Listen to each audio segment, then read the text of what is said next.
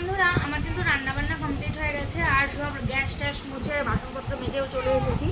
আর এখানে মনসুনাকেও dress change করিয়ে দিয়েছি, দেখতে পাচ্ছ। আমিও কিন্তু ড্রেস চেঞ্জ করে নিয়েছি, কারণ রান্নার কাপড়ে তোর কাছে আর আসবো না। তো দেখো রান্নাঘাটি করছে, জ্বরটা ছেড়েছে, জ্বর ওষুধ খাওয়ানোর পর। এখন দেখো আবার এখানে যেহেতু রাত বাড়ছে, ও ও বাবা আমার, ও প্রচণ্ড ধৈর্যশীল গো, প্রচণ্ড, মানে কান্নাকাটি খুব কমই করছে। কিন্তু কী বলো তো, একটু কোলে কোলে থাকছে, কারণ শোয়ানো তো যাচ্ছে না, তার জন্য একটু প্রবলেম হচ্ছে। ও পাপা এই যে বাবা, এই যে বাবা, এখন জ্বরটা ছেড়েছে, তাই একটুখানি মানে একটু মানে কান্নাকাটি করছে, মানে ঘুরবে। সারাদিন কোলে কোলেই ছিল আজকে বলতে গেলে চলে।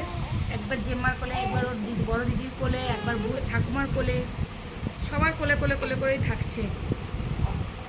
তো আজকের ব্লগটা আমি আর কন্টিনিউ করতে পারছি না, কারণ এতটুকু বাচ্চা নিয়ে জানি না সারা রাতটা কীভাবে কাটবে। না না না, দেখা হচ্ছে।